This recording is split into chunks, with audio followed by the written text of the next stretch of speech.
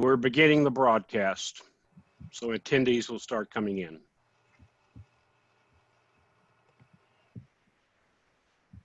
Good afternoon, everyone. Welcome to our special presentation. Come on in and give us a few moments while we get ready to start recording.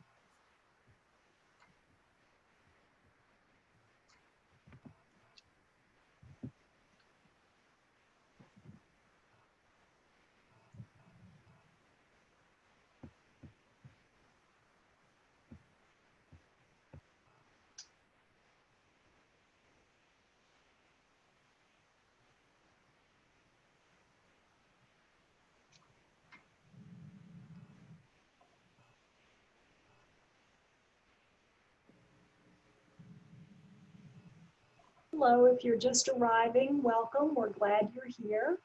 Come on in. We're gathering ourselves and we'll be starting the presentation shortly.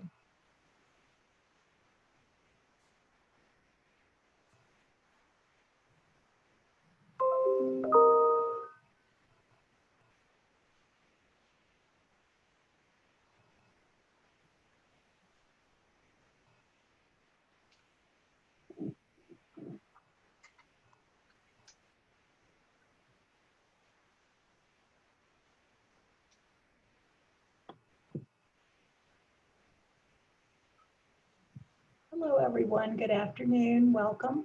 Come on in. We are getting ready to start soon.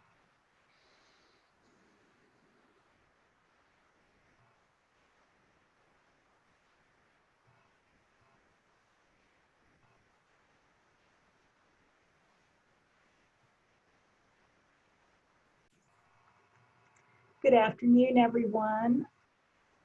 I'm Liz Corain with OLLI at UVA.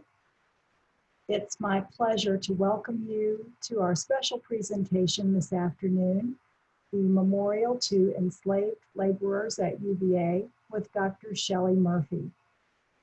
As you may know, OLLI has pivoted to online learning via Zoom for our fall semester.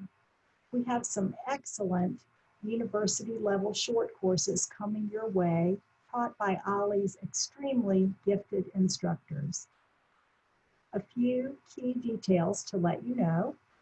Membership and fall registration have begun. Many courses still have seats available. You have definitely not missed the boat. It's not too late to sign up. Please visit our website at olliuva.org for details. I want to tell you a little bit about today's presentation.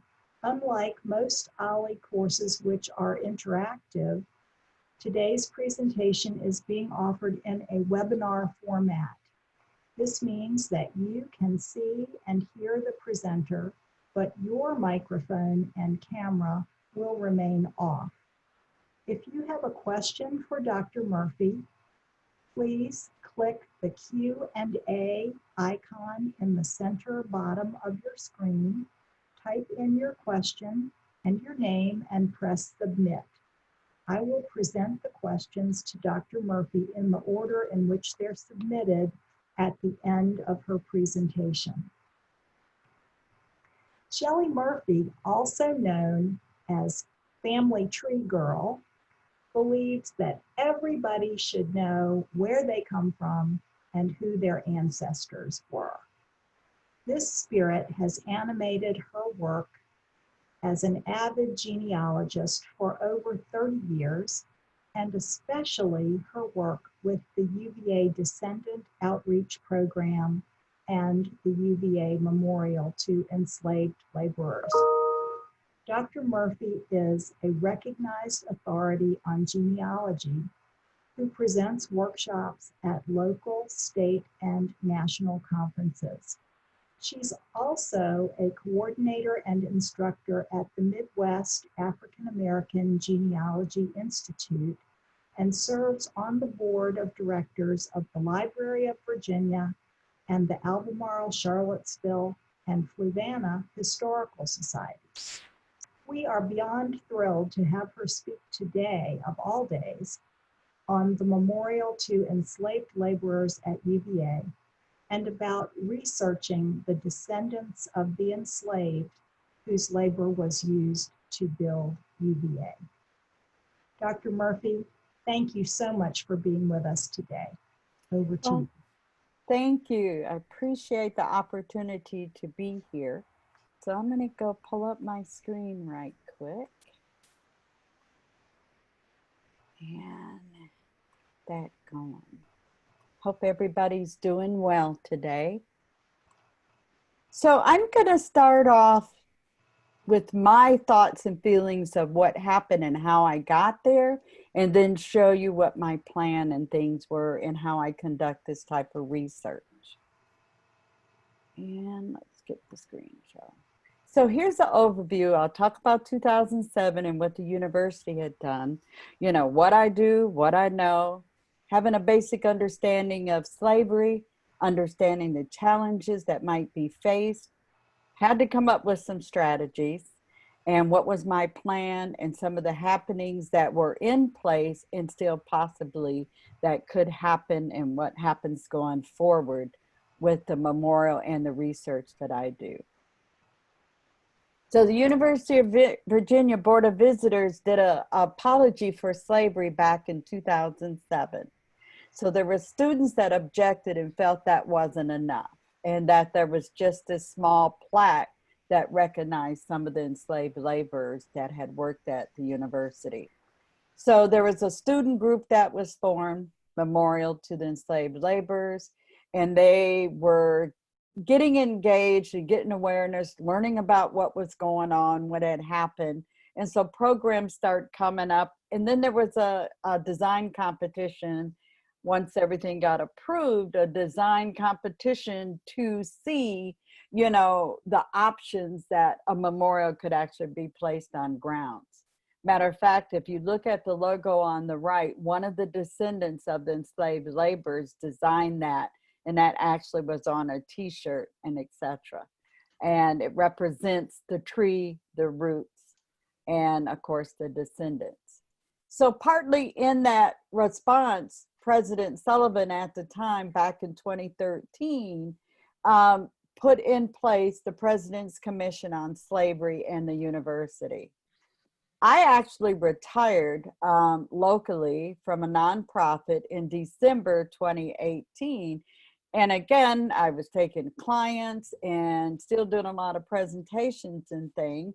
And then somebody that was on the commission had called me July 1, basically saying, what you doing? And so this is how that all started, that I was hired to conduct the research in finding descendants of the enslaved laborers. So about me, 30 years plus in doing genealogy. We're in a local area with historical homes. You had all different size slave owners as far as how many enslaved, you know, the population of the enslaved was. Of course, the most famous one would be Thomas Jefferson with the 600 plus individuals enslaved at his property, Monticello. So I had an understanding where freedom came from. Of course, I have that passion to see the records and hear the stories. There's a wealth of resources and support really at my disposal in this local area. I'm involved in a lot of the local community. I call them my partners or my genealogy buddies, but I'm on a group called the Central Virginia History Researchers. There's Central Virginia Genealogical Association, the Burke Brown Step OGS group, and OGS, the AAHGS stands for Afro-American Historical Genealogical Society, and it's the oldest in the country and began in 1977. There was an African-American archivist, or he worked at the National Archives, and he basically was questioned why he didn't see people like him, African-Americans or people of color, coming and researching at the National Archives. So him and a few other people got together and created this national organization, which there's about 35 chapters across the United States right now. And of course, I was involved with the local historical societies. I used special collections at the university. I'm involved with the Getting Word Project, interacted with a lot of the folks there. And again, I knew a lot of the individuals and families. I relocated to Virginia in 2003. So there was also descendant groups already created at Montpelier. There is one at the Highlands, James Monroe's home, and of course at Monticello under the Getting Word Project. I knew there were going to be lessons learned, and I knew there's going to be some people I'm not going to be able to find, or I'll say me and the family. And I understand that I was going to be faced with some emotional times dealing with these type records and hearing these stories and trying to track people down. So getting my understanding of African American research, I knew slavery was about money. People were property. There's going to be buying, selling, and renting. There's going to be people that were sold deep south and they're gone. And the chance that we would ever connect family to another family member might be the use of DNA. I knew there were free people of color because of 1865. After the war, they became free, but that doesn't mean they weren't enslaved prior to that. So you could have been free before or enslaved and then became free. And my own personal study in the Revolutionary War and Forgotten Patriots in Central Virginia, I knew there were ties in the late 1700s of totally over 6,000 plus forgotten patriots. And right now in the research that I'm doing personally about the Black Revolutionary Patriots of Central Virginia, I have 44 of them right now. That doesn't mean that's all. That's as many as I've been able to locate. So I was going to be ready, and I expected there to be research challenges. And when you're dealing with African American research, just because of the system that was in place, I was going to have to deal with them. It's not always the favorite thing to do, but I thought I'd put my mind at ease and just say, come on, you know, bring the challenges on. We have them anyway, and be prepared for them. So I wasn't going to dwell on what I might not find. I just needed to make sure I could conduct different alternatives to help me maybe go around to find individuals or some records. So some of the challenges that are faced when doing this type of research is what I have listed here: records not recorded, could have been destroyed. There's a lot of denial about what's back there. Some people don't want to know. Some people want to know it all and are willing to come in and help because they would like to understand also. And whoever's given information or knows information might not want to share it. Some are going to take it to the grave. And sometimes not conducting a thorough research is going to create a challenge for you, or not knowing what records and resources might be available. So we know ages and dates were going to vary. Spelling also doesn't count. You know, if I didn't keep common sense, which is always questionable, but if I didn't have common sense thoughts on this, I probably wouldn't get as far as I have. And again, if oral history is coming down, you know, that's always questionable, because it could have been from an elder that we're hearing it from, but the experience for them is when they were a child. And there's no way they would believe that their grandmother or parent would have not told them the truth. But again, as we know, things change over time, and our memory slips a little bit, not remembering totally or accurately what we might have been told. Or I put 3 people in the room and told them the same story, I'm going to still have 3 different stories that comes out on the end. So in doing slave research, I mentioned before about people being sold or sent deep south. They could be gone. And there's really no control there on that if we know some went. And again, a thorough analysis might not have been done. I know if I don't complete an analysis that I might miss something. And sometimes I have to do it more than one time. And the so what is just a a convenient way that I take folks through at the Institute, the Genealogy Institute, is questioning the information that's on a document. So for example, if there's a death certificate and it gives me the name of the deceased parent and say the mother, and it has, say, Sarah Roper Hart on it. Well, if I don't question what that Roper is that a middle name? Is that a surname? Is that a previous married name? Then I'm not analyzing everything that's on that document. So basically at the Institute, we're going through each one of the blocks on a death certificate, marriage certificate, even a will, and going through and questioning that information, and also trying to find out what that could lead us to something else and start making a list. And again, the emotional aspects, I'm crazy enough to have conversations and talking to these documents sometime, you know, looking for hints, you know, what's happening here.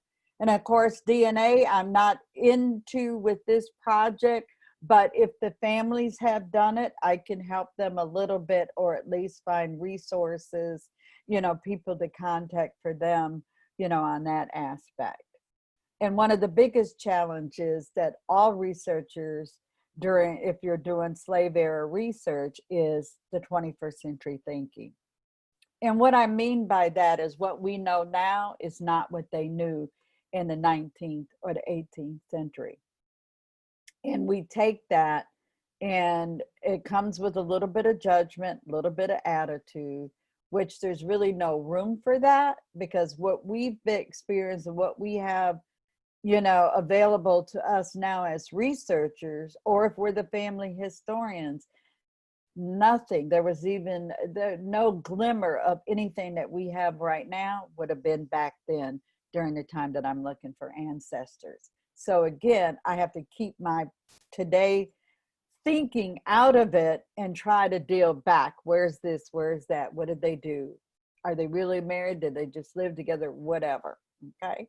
So again, expecting the challenges are really good. So some of the key strategies that I know I had to do was listen and ask questions. I'm going to be talking to people various ages, and I'm going to have to listen to what they're saying, because sometimes might not be totally correct, or it could be totally correct, or it is a hint or a lead for something else. What I've learned is some of these slaveholders that are on a list, and you'll see my list in a few moments, were some of Thomas Jefferson's friends. They were UVA professors and more. And also understand that the students were not allowed to bring their enslaved servants with them when they attended the university. I knew I had to become an expert on the Freedmen Bureau, and as one of my favorite record sets is the Freedmen Bureau records, and it covers the period of 1865 to 1872. Yes, I'd hit the 1870 census, and for those of you that are listening, the and have done some African American research, that's a key component for your research, is to hit 1870, and I'll go into a little bit more about that in a moment. And the 1940 census is the census that we can go to right now. Google's my friend. I ask Google questions, just like I'm talking to the documents. Social media, Facebook and Twitter has been really a good blessing.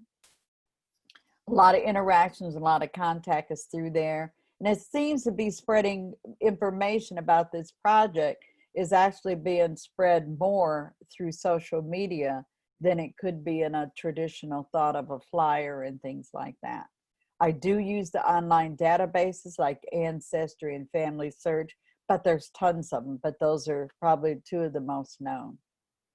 So some slave era research and tips, and of course, questions. You'll hear me talk about questions throughout the presentation. I had to understand, or at least have a basic understanding what law was in place during this time frame of the research. Did the state of Virginia required people of color, that's what the POC is, to register if they came into the Commonwealth? And did they have to pay a fee?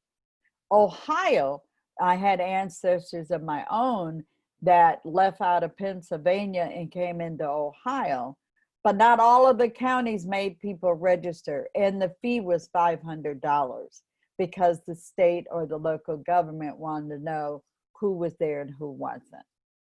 Emancipation papers are the freeing from someone else. I knew I'd come across manumission papers where the individual freed their individual person they had enslaved.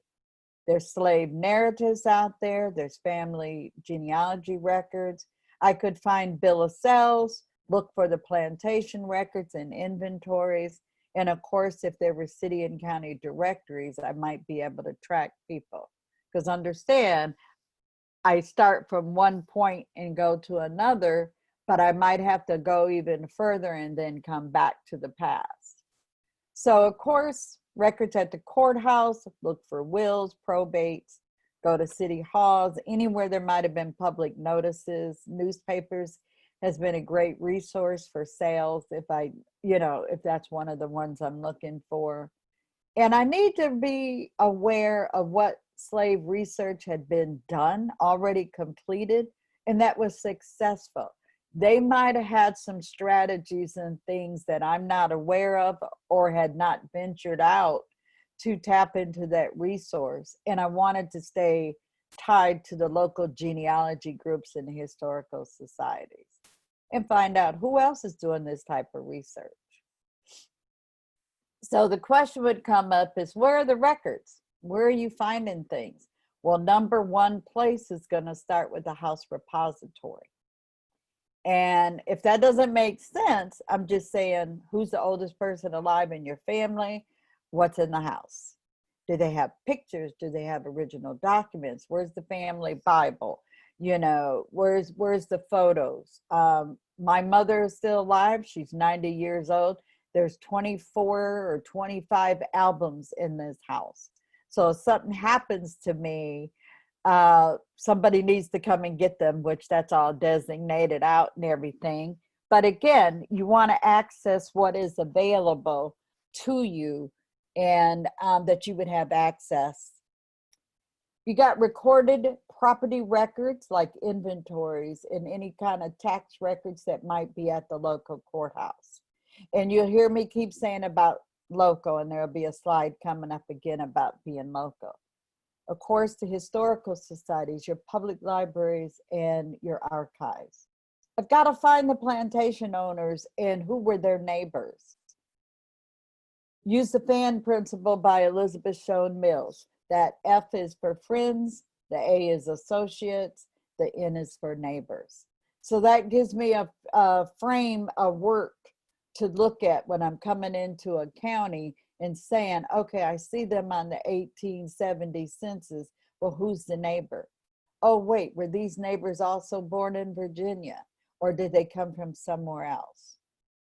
I needed to find out about plantation owners. Was there any information in the local city or county records? Again, the Historical Society would be the gold mine for that.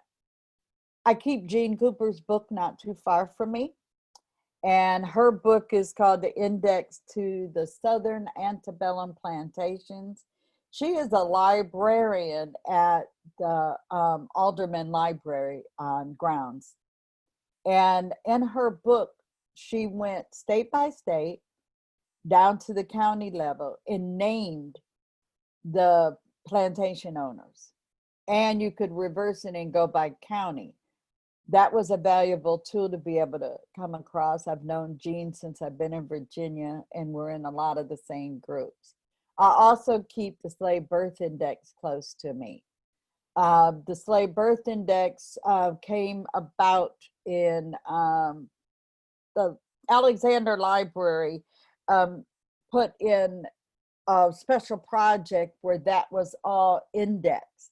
So it's called Virginia Slave Births from 1853 to 1865, and it's broken out into 6 volumes. It's an excellent resource for that time period because they're clocking the slave births. What they have is the slave owner's name, they have the mother of the baby's name, and the county, or per se the location of where that individual was born. I wanted to find out if they were plantation owner descendants that were also looking or had trees on Ancestry or Family Search. And of course, I could always use Google and look for different properties and any historical events that might have happened in the area that I'm researching. So this is a glimpse of the spreadsheet. It actually starts in 1870. This is what I was given to work from. So I'm just giving you just a little clip of it that you can see. For example, Thomas Jefferson on July 18, 2 servants who were enslaved were rented, or per se, their services were shared at the University of Virginia as laborers.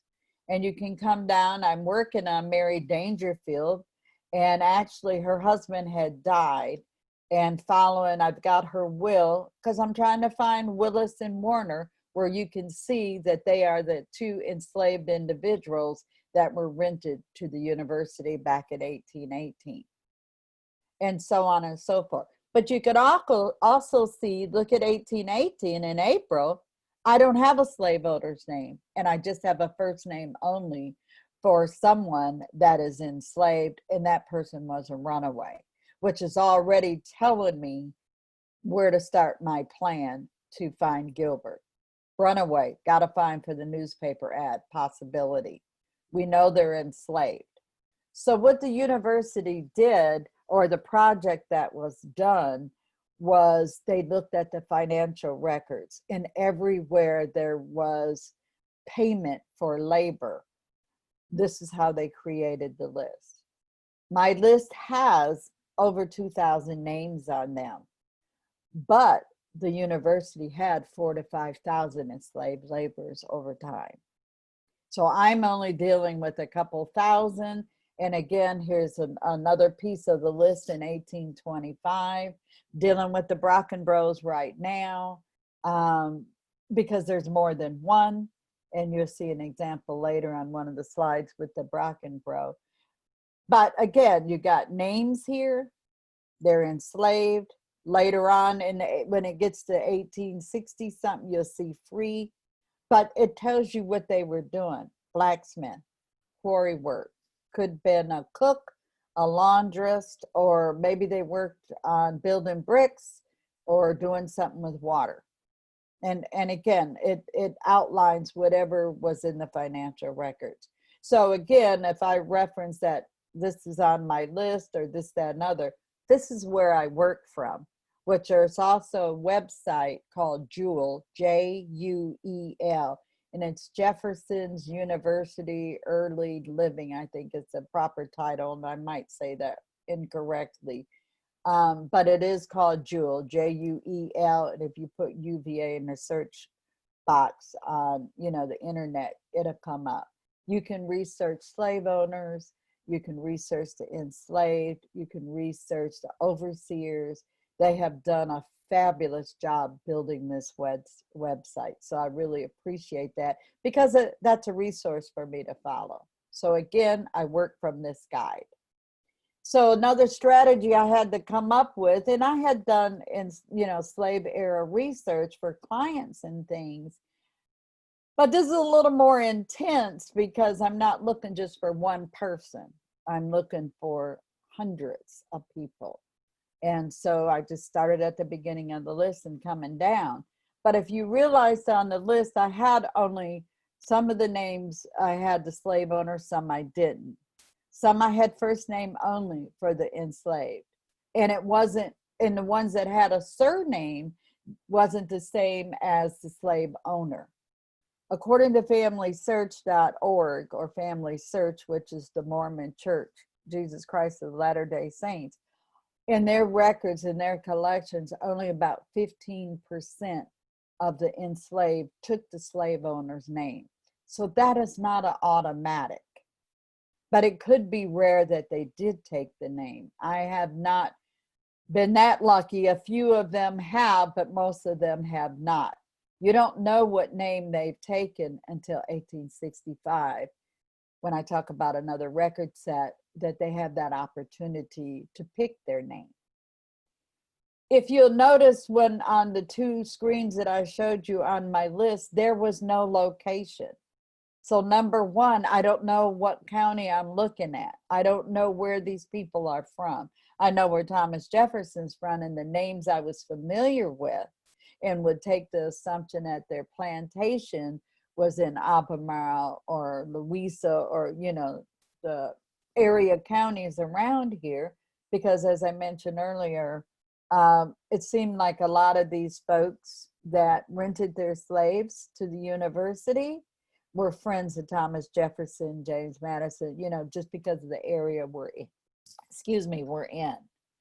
So genealogy is about time, place, and of course, asking questions. What do I know? What do I need to know? Who or what would know the information I might be missing? And then I had to plan out for those, the research and resources and see what I needed to add. And again, I work very well with the people in the community that do the same type research. So this is some of the resources, the Slave Birth Index, so you can see what they look like. There is a complete set of them at the Albemarle Charlottesville Historical Society. I kept using them so much, I just went ahead and got me a whole set of them. And then I had the book called Slaves for Hire. I needed to understand more about this rental. It was huge in the Commonwealth. The rental system or renting the enslaved laborers, it was huge. There was so much money going everywhere. And again, I didn't realize that as much until I got into this research. So when you're dealing with enslaved or free, you gotta, again, know what records are there. Okay, slave narratives, cohabitation records, military records, and so on. And of course, I use special collections, and I mentioned the Jewel site, J-U-E-L. And so that was an opportunity because special collections has original documents too. And then of course, the Freedmen Bureau records, the rations, the labor contracts, and etc. So I've highlighted that so we can look at that. I've got this little book, which is the love of my life here, the Freedmen Bureau in Virginia. And it's only addressing the people that were destitute, freedmen, dependent upon the government services. The Freedmen Bureau was set up by the military. There was field offices throughout the South, okay? There's a great site called Mapping the Freedmen's Bureau where you can go and go on a map and go to the state and down to the county and find the closest Freedmen Bureau records that might have serviced that county. And you can see an example in this book I pulled up because I've been working on Fluvanna County for the last month and a half because I could pick out names I was familiar with. And so you can see their names on there, the Andersons, of course, there's unknown, which would be, you know, you'd have the freedmen names, meaning they became free individuals, then the former owner's name, okay, and then it's followed by any remarks or comments from the freedmen. So you can look at one and see Fox, it looks like Mary Fox down here. And again, we're talking about destitute freedmen dependent upon the government. But those are clues. It doesn't give me age, but there's also naming patterns to pay attention to. This is a register to colored persons out of Culpeper County. And you can look at the names, you know, which this record set is also part of in the Freedmen Bureau because there's several different sets within there. But you can see it's got last owner. You look at this first person, looks like I got it cut off, so I apologize. But they took the name of Banks.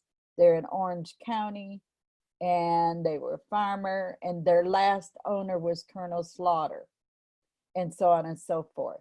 So you can see, and look here, we got name of wife, takes you a whole nother place, and that's her maiden name. You see Sally Jackson, and she's also coming out of Culpeper. Another great resource, along with cohabitation records, which sometimes you'll see them also called cohabitation records or registered to free colors. But now I got a household. I basically have two people. One of the other unique things about the Freedmen Bureau is that a couple who had formerly been enslaved, have children, or maybe not have children, would make it to the Freedmen Bureau office and say, this is my husband, and these are our children. This is the who used to own us. So now you're seeing family units. This is another one I mentioned earlier that I was tracking the Brockenbrow. Don't know, looking for those two individuals. And I don't know, no location, but I also don't know if any of the enslaved by the Brockenbrow, the proctor that was at UVA, and there was more than one, if they took that surname. So I did find a record for 1865, which came out of Freedmen Bureau record. And it's down here, and it's identifying a John Brockenbrow or Bro as being colored.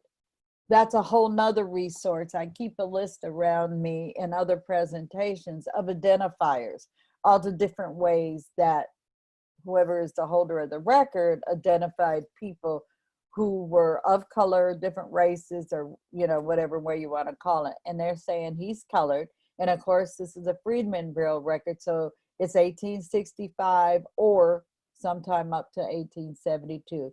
And he's filing a complaint against this person. Okay, another record set that I go through.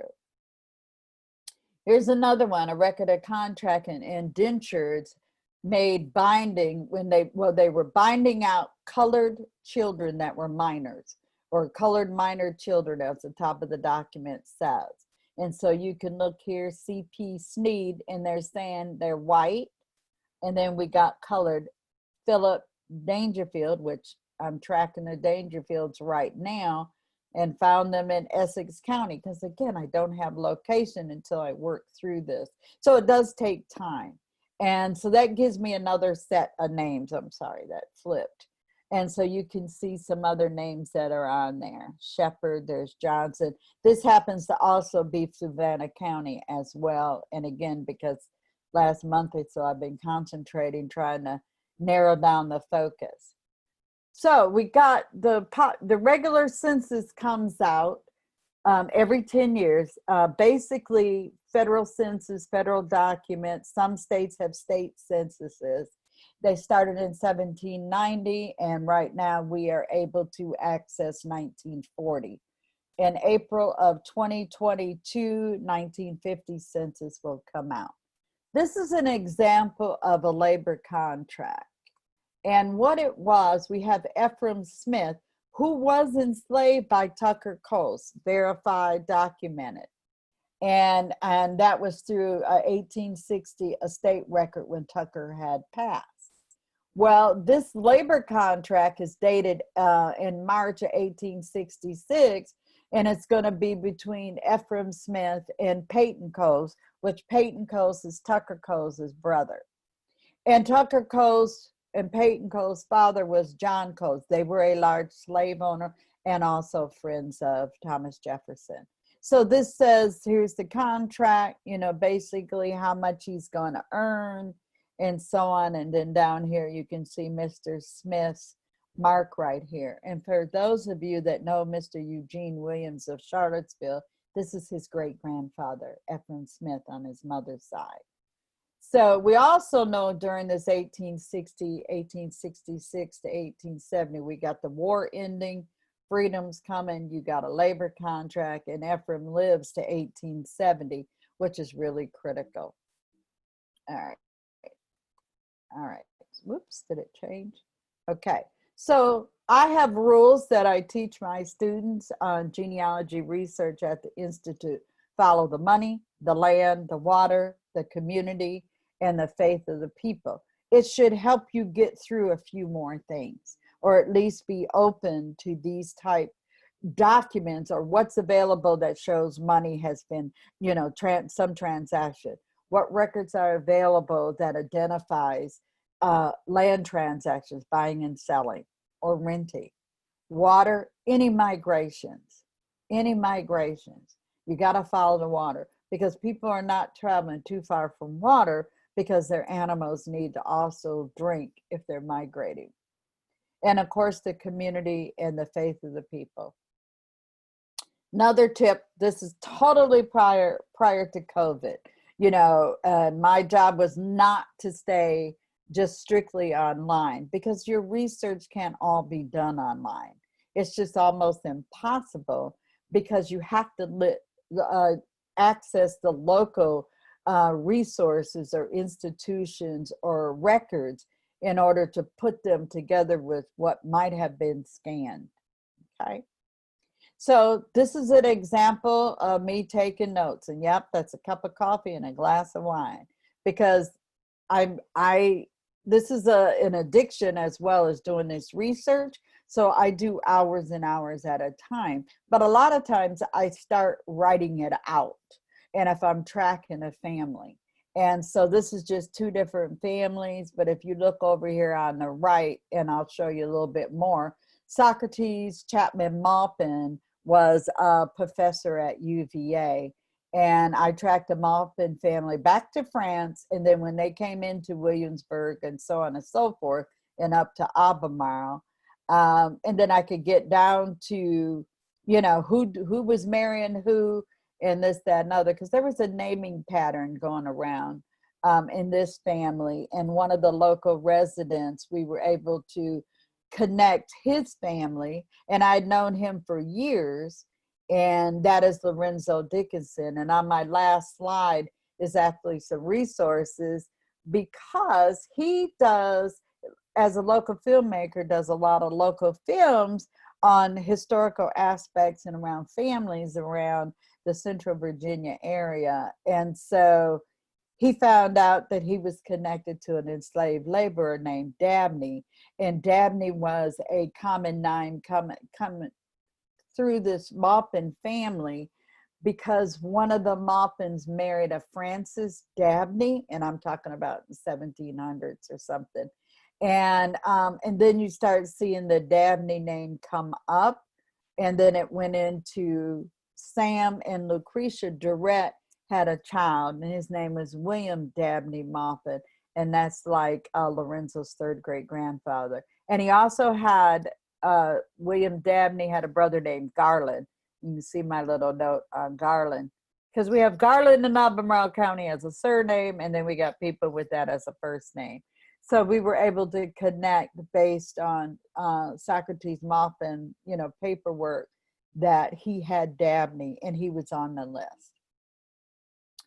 Okay.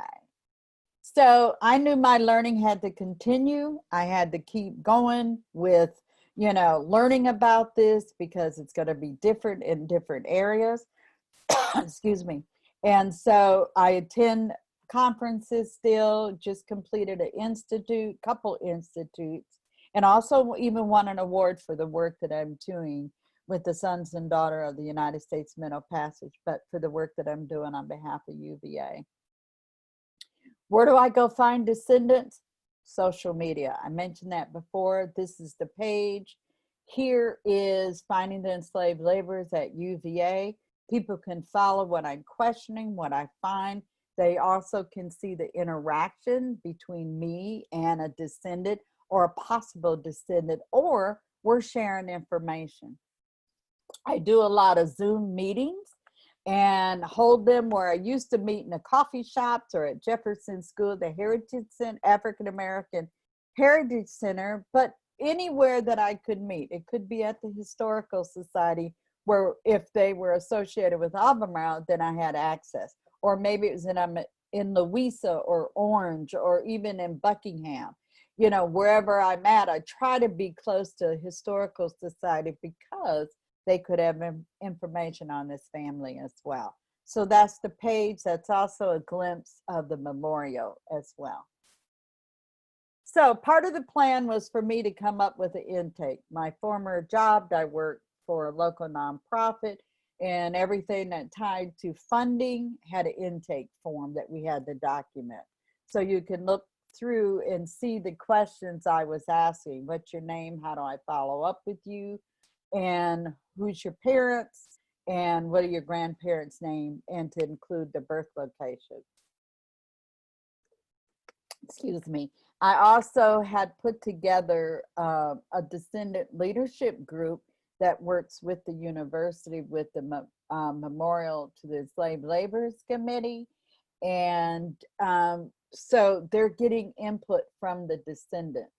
There was community meetings that happened during the whole part of the Commission on Slavery. And so some folks were already involved. I actually sat through some of the meetings. I knew I needed to build from what they knew or possibly knew, but I also had to build my own trees on folks. So we have them fill this out, and actually a couple of the descendants made this into a Google Doc so I could just send the link out, you know, and people can fill it out right online. It comes into a database, you know, a spreadsheet for me, and then I can go see, are they on my list? Are they on the Jewel site, and go forth? Or if I need more information, I have their contact information to access. To date, I've got 85 trees and working with over 100 folks right now, and they're all at different stages. So here's an example. There's 5 pages of trees on here.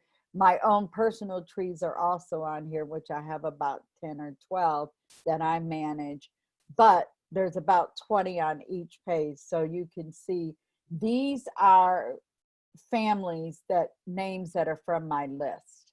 There's Addison Maupin, which is Socrates Maupin's brother. And so I was building out a separate tree on him. Alan Boxley is a relative under Patterson Boxley. And so the descendant and I made the connection because it's like his grandfather's brother is Pallison. And so again, we were able to figure that out, but we had to go through the white Boxley family and then research the African-American family. Also, I get trees shared with me from descendants. And so I've got a couple pages of them and go through there. And so, you know, the trees help because on Ancestry, I can get some clues and some tips, you know, that might lead me down another path to help, you know, what I'm looking for. Okay. So here's an example, Berkley Bullock. A lot of you are familiar with Berkley. He was enslaved and at UVA. So the descendant, this is a clip from the tree. And so I kept off, you know, living people. And so the descendant is over here, would be on the left. And these would be the grandparents. And if we follow, Emma Jenkins' mother was a Bullock. Her father was a Bullock. And then you see Albert's parents were Abraham Bullock and Cynthia. Well, Albert's brother is Berkley Bullock. So that was able to be tracked, which there had been a lot of research at the university on Berkley Bullock. And I suggest if you want to know about his story is to just research it, put Berkley Bullock UVA and it'll come up.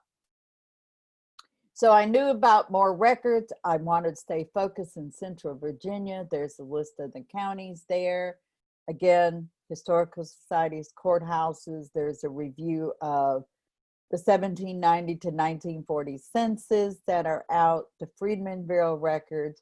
Of course, the Library of Virginia, if there were any like chancery records where there might have been a lawsuit or something, you know, I'm going to check the Library of Virginia. And again, if I've got large plantation owners, Library of Virginia is going to have something on them, just like the local libraries. And of course, Special Collections is my friend. And, you know, going over there and spending a few hours in there and looking at original documents and folders on these families. And again, local genealogy groups. And because we have access to, or I have access to the historical homes in the area. So great conversation on what are they doing? Who are they accessing? Who are the families there? Some of these families that were rented to UVA came right off of the mountain at Monticello. And we've been able to track through some of those. And again, doesn't mean that they stayed there till they got freed. You know, did they work there? Because the spreadsheet gave me a time frame how long they worked as well. So here's a clip of the slave schedules, which is 1850 and 1860. And over here on the right, you can see Socrates, Maupin, and then there is the list of the enslaved. The enslaved are only noted by age and gender, okay? And that's it, basically. And so for us as genealogists and me as an African-American, I know there's more to just being a line. There was no names associated. So that's why we had to get to the 1870 census components. It's the first federal census since slavery was abolished, and the first time that they're not counted by gender and age, but they have names. And sometimes I get a little emotional about that, because when you see names and then I can connect them back to somebody that was previously enslaved, we're about to tell a story. So again, this is the components that's on there. I get birthplace. I might get father, mother if they were foreign born. You know, any information that was there. Were they over 21? You know, could they vote?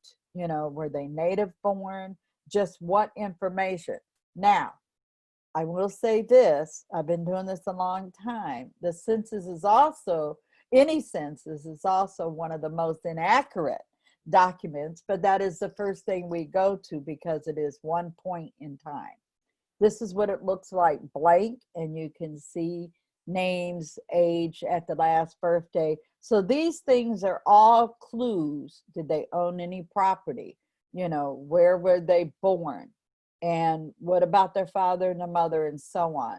Education, could they read or write? Not all of these boxes are filled out. So if I'm missing information, I have to figure out who might have that information. So if I knew where the father or the mother might, maybe it's not checked here, but maybe one of the kids has passed, and maybe they actually have a death certificate that has that information on it. So here is a filled out 1870 census in Albemarle County. And here's a Charles Maupin, just to give preference since I mentioned the Maupin name. And again, this one is white. And of course he's in here, and I just showing you a clips of that. And this is where you see, this is actually William Dabney Maupin. And this is in the 1870 census. So there he is, he's got a name, which is telling me they took the enslaved name because remember, he was owned by Socrates. And so was his father. And so you got his name, his age in 1837, and he works on the farm now. And he's free. And then here's the other people that are in the household, and they took the last name of Maupin, which is really interesting because look who's next door. We got Banks there, which is again is another name that I've been researching from my list. So finding a descendant, here's another example of Jim Henderson. And if you hadn't seen the Terry Allard PBS, we interviewed her and things. But what I knew, he was on my list. I knew who enslaved him because the two of us had been working on this, and we met for a few hours and resolved this back. So it was an excellent opportunity that we worked together rather than just me as a lone soldier out here trying to find it, where she might have had family stuff that I wouldn't have had access to. So we used the online databases. We were linking things up. I used Facebook, of course, to attract other people that had Henderson surnames in the family. And this is coming from my list. Richard Price is the one who enslaved Jim Henderson. And this was February 5th, 1821. And Mr. Price got paid $60 and for the work and the hire of Jim Henderson being rented. Okay, and you can see that Brackenbrough name that I researched earlier. So here's the path to Jim Henderson, and this is from the tree. So again, it's coming up the Henderson line. So we are following, and we have documentation to bring it here. And on the death certificate here, it said his daddy was Jim. Boom, so we got it. So some of the happenings, of course, before COVID, we had a gathering in December at the Jefferson School, 75 to 100 potential descendants. Some of those were descendants. And we had a lot of the local genealogy groups come together. People were asking about the brick walls, looking for more resources. Again, I mentioned earlier that I meet basically anywhere, but now it's pretty much restricted to Zoom or, you know, Skype or something. I've set up at these places with a table with my spreadsheet, you know, so people can say, these are my surnames, my people was here in this area. They might know the location, which is a tremendous help for me. And getting word put on a couple events at Jefferson School, which I had a table there. And again, people could come up and get information. I've done this presentation now to OLLI, had discussed this out at Mount Pillier with their descendants group. And I also did the presentation recently during the Daughters of the American Revolution, the Women of Color luncheon. And of course, it was all done on Zoom. And so I'd like to share this information as much as I can, because you never know where somebody might come from and say, hey, I think my people were in that area. So closing out here, bringing it all together, we know that America's not at peace with slavery.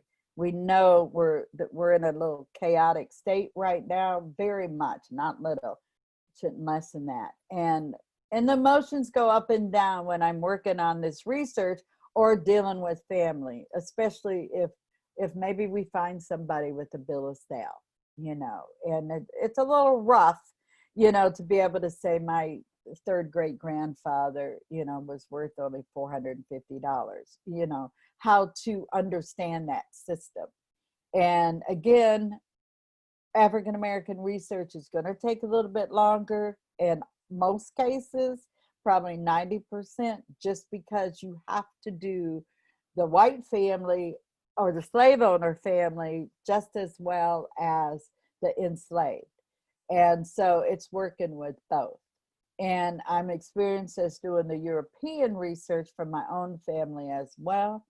And again, the goal for me is to make sure the stories get told. We've got the memorial up and it has names on it. And you want to call their names. You don't want them to be forgotten. And realize that everybody's going to have brick walls and you want to keep asking questions. And my ancestor, Mr. Churchill over here, he says in one of his famous quotes, a nation that forgets its past has no future. So I applaud the University of Virginia and the team that has put this all together, because it's a great opportunity and, you know, for people to find that their ancestors contributed to the beautiful grounds of the University of Virginia, and they probably lived here all their life and they might not have known it. So that's even a special thing. So going forward, they're still looking at planning a private event, which was what was planned back in April. There was going to be a public event, and the Descendant Leadership Group, which I applaud, are staying together and they're helping me find more descendants. Not all of them are local, but the goal is to see how many more we can find. Recently, just within last month, President Ryan approved my position for 2 more years. And I'm going to continue working on those Black patriots because they're also connecting to the enslaved laborers. So I thank you. And Liz, I'm open to take some questions. If people have their phones or whatever, or I can share this page with these links on it with OLLI, if there's any feedback, you know, because these are the things that have done that you can read more on. There's the Terry Allard video where she interviewed some of the descendants and took you guys, will take you out on grounds and everything. So I'm gonna just leave that up, and the next slide just has my contact information, but I'm open for any questions. Thank you, Shelley. And we do have questions. Okay, great. The first one is, how many enslaved laborers at UVA have been identified to date? We're at about 40 some, that have actually connected with the families. Wow. I don't have an exact number, but again, think of the area that we're at. We got Monticello, we got Mount Pelier, and we got the Highlands. So there's really groups and resources that have been working probably for the last 20 years. And if we're able to tap into that, we could tap in and then check the list and viewing these records and see if they were enslaved. You were involved in the planning for the monument to enslaved laborers. No. No. I attended the community meetings and facilitate, sat at a couple tables and helped facilitate discussions when, like the community meetings broke up in groups. I facilitated one on coming up with questions and things, but I attended quite a few of them. They were at local churches, they were at the Jefferson School. So I knew about the project. And like I said, I had just retired. So I did not have any of the planning, but I think it is absolutely, definitely a memorial. And I think it's beautiful. So if you look at the videos, or if you take a chance to go over there, it is absolutely beautiful. But read about it, I would suggest first, because there's actually a water feature. And for those of you local know about Miss Isabel Gibbons, there is a part where her eyes are showing on the wall. And there's a whole timeline going around that circle, okay? And I have visited the memorial and find it really moving. For those who haven't been there yet, can you describe the names and then the marks and the difference between the two?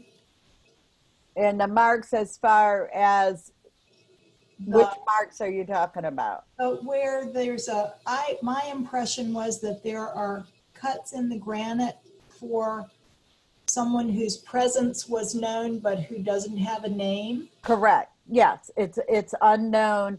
And the ones they have names for, actually the memorial will hold up to 4,000 names. And actually there's 4,000 to 5,000 that were actually enslaved over a time frame at the university. But yes, they had put markers aligned, and that basically is unknown. And so, for me, it's just walking by and putting my hand on it, because that's somebody's ancestor. Right. And we might not know their names, but you know what? Now they're going to be my ancestor. Somebody can appreciate, the labor that went on. And there were incidents, if you've studied any bit of slavery, there were a lot of incidents that you can find on the Jewel site. There might have been stories. There were the beatings. There were the rapes and things that are going on. That's part of that whole system. So people need to be prepared if they have not ever done this type of research before. And that's why I say it gets emotional up and down, because it's always like, why? It doesn't even make sense, Mm-hmm. But again, that's what happened. And the thing of it is those were individuals, they were humans, and they're somebody's bloodline. Thank you. Yeah. And there's my contact information, because I'm going to wait, we have a couple more questions. That wasn't a thank you goodbye. That was a thank you for your answer. Can I stop sharing or just leave it up?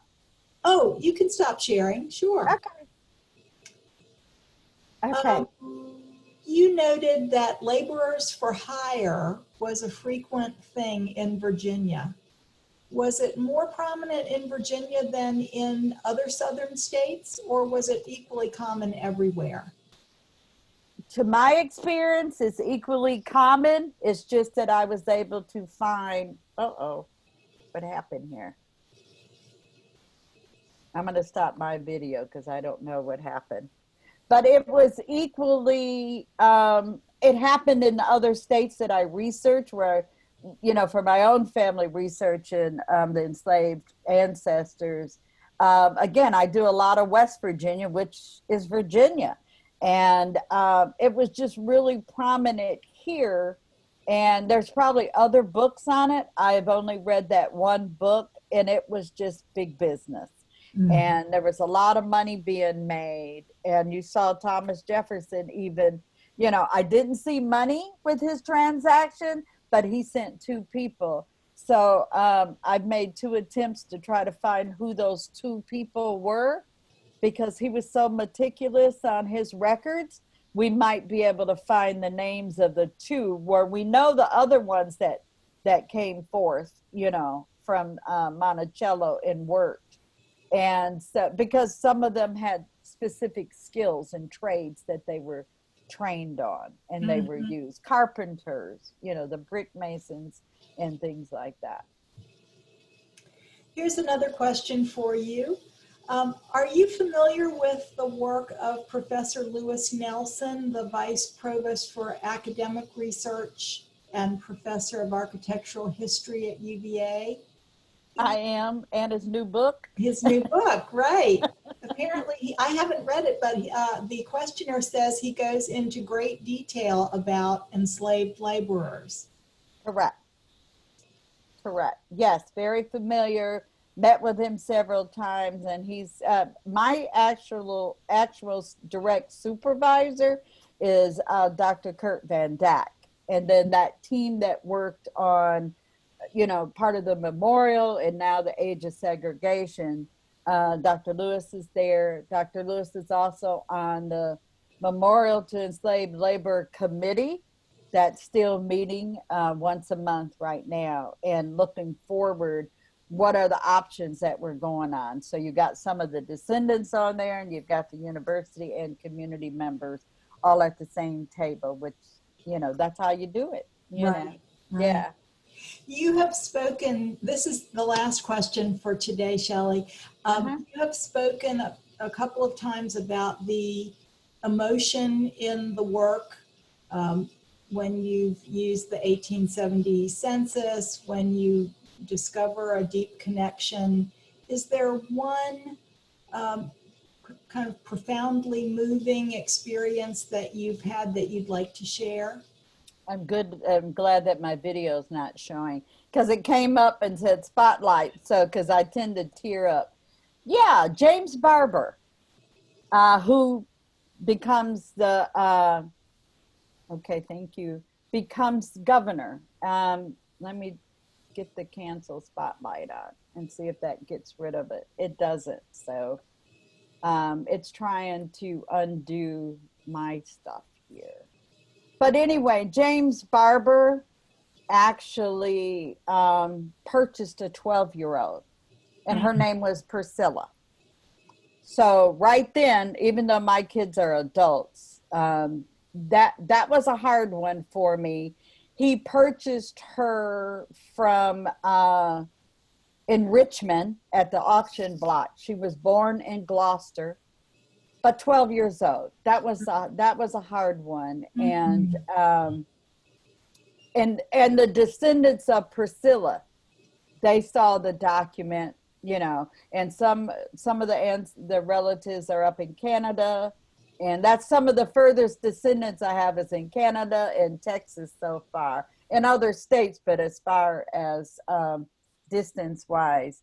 And we talked about that, and I said, you know, I got to get over it. You guys know that. I got to get over this. And then I went to Special Collections and saw the darn bill of sale, you know, and so of course I start tearing up on that, you know, just thinking what I had thinking of my own child and 12 years old. It was hard. It was hard. That's probably, for this project that I'm working with, that was probably the one that got me the most. Other research things that I've done, I couldn't get past the value when I see the inventory sheets.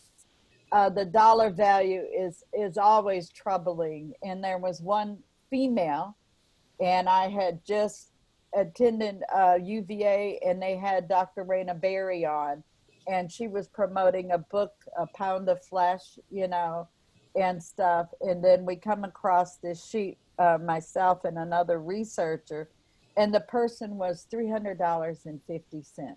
I could get through the $300, but I couldn't handle, and I started tearing up right now. But the 50 cents was just like, it just didn't even make sense. So yeah, there's a lot of emotional things. Or if you see a runaway and they get caught, whatever happened to them. And so, and again, I keep my learning up because I don't know where it's going to come from. And I start off in the box not knowing a location. And that's why it's so important to know the community and who was in the community during that time, you know. And I just try to stay specifically in Central Virginia because that's what I have access to. All these historical societies, and we have all these historical homes here. It might not be the same way in another area. It's just, I'm just lucky to be able to have what's here.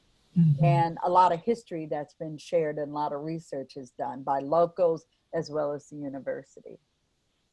Well, we thank you so much for your presentation today. That was fascinating. Your PowerPoint was fabulous, and your passion for this work really comes through loud and clear. Thank you. I appreciate that. Also, everyone listening, I want to remind you that Shelley Murphy is teaching for OLLI this fall, and her class is called It's Really Not Missing: Rebuilding Your 1890 Census. So if you'd like to learn more about genealogy from the venerable Shelley Murphy, here's your chance. Go to the OLLI website. Thank you very much for joining us today.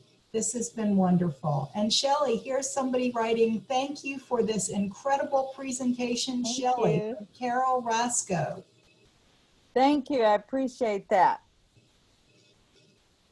Really appreciate that. Thank you. Goodbye, everyone. We hope to see you next time for our next OLLI special presentation. Thank you.